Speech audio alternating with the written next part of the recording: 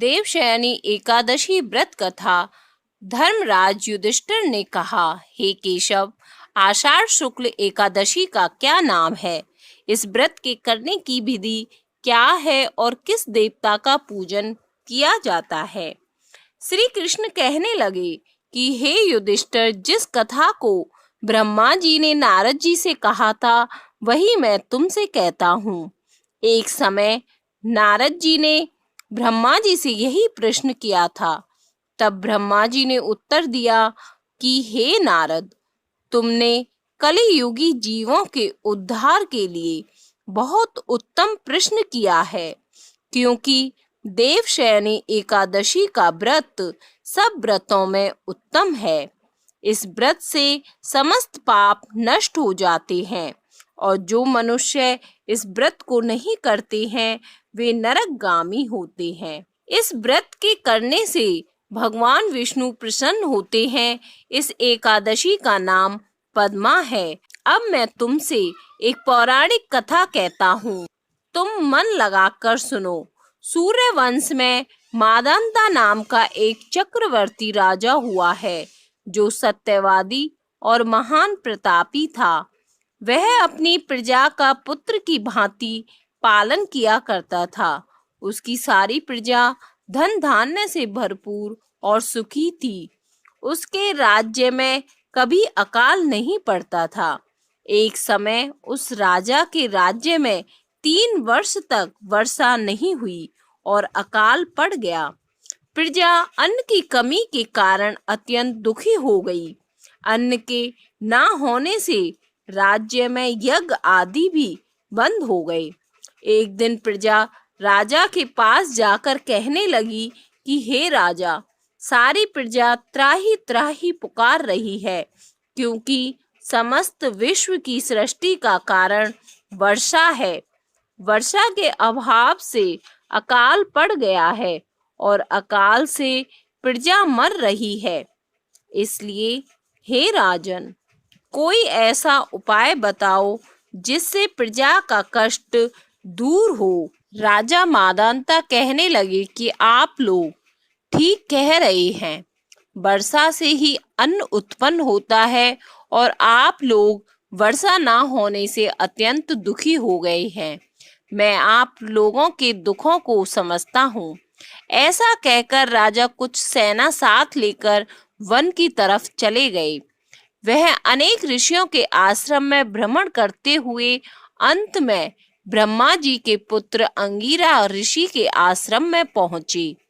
वहां राजा ने घोड़े से उतरकर अंगिरा ऋषि को प्रणाम किया। मुनि ने राजा को आशीर्वाद देकर कुशल क्षेम के पश्चात उनसे आश्रम में आने का कारण पूछा। राजा ने हाथ जोड़कर विनीत भाव से कहा कि हे भगवान, सब प्रकार से धर्म पालन करने पर भी मेरे राज्य में अकाल पड़ गया है। इससे प्रजा अत्यंत दुखी है। राजा के पापों के प्रभाव से ही प्रजा को कष्ट होता है। ऐसा शास्त्रों में कहा है। जब मैं धर्म अनुसार राज्य करता हूँ तो मेरे राज्य में अकाल कैसे पड़ गया, इसके कारण का पता मुझको अभी तक नहीं चल सका। अब मैं आपके पास इसी संदेह को निवृत्त कराने के लिए आया हूँ। कृपया करके मेरे इस संदेह को दूर कीजिए। साथ ही प्रजा के कष्ट को दूर करने का कोई उपाय बताइए। इतनी बात सुनकर ऋषि कहने लगे कि हे राजन, यह सतयुग सब युगों में उत्तम है। इसमें धर्म को चारों चरण सम्मिलित हैं, अर्थात इस युग में धर्म की सबसे अधिक उन्नति है। लोग ब्रह्म की उपासना करते हैं और केवल ब्राह्मणों को ही वेद पढ़ने का अधिकार है। ब्राह्मण ही तपस्या करने का अधिकार रख सकते हैं। इसलिए यदि आप प्रजा का भला चाहते हैं तो उस शूद्र का वध कर दो। इस पर राजा कहने लगा कि महाराज, मैं उस निरपराध तपस्या करने वाले शूद्र को किस तरह मार सकता हूँ। आप इस दोष से छूटने का कोई दूसरा उपाय बताइए। तब ऋषि कहने लगे कि हे राजन, यदि तुम अन्य उपाय जानना चाहते हो तो सुनो। आषाढ़ मास के शुक्ल पक्ष की पद्मा नाम की एकादशी का विधि पूर्वक व्रत करो। व्रत के प्रभाव से तुम्हारे राज्य में वर्षा होगी और प्रजा सुख प्राप्त करेगी, क्योंकि इस एकादशी का व्रत सब सिद्धियों को देने वाला है और समस्त उपद्रवों को नाश करने वाला है। इस एकादशी का व्रत तुम प्रजा, सेवक तथा मंत्रियों सहित करो। मुनि के इस वचन को सुनकर राजा अपने नगर को वापस आया और उसने विधि पूर्वक पद्मा एकादशी का व्रत किया। उस व्रत के प्रभाव से वर्षा हुई और प्रजा को सुख पहुंचा।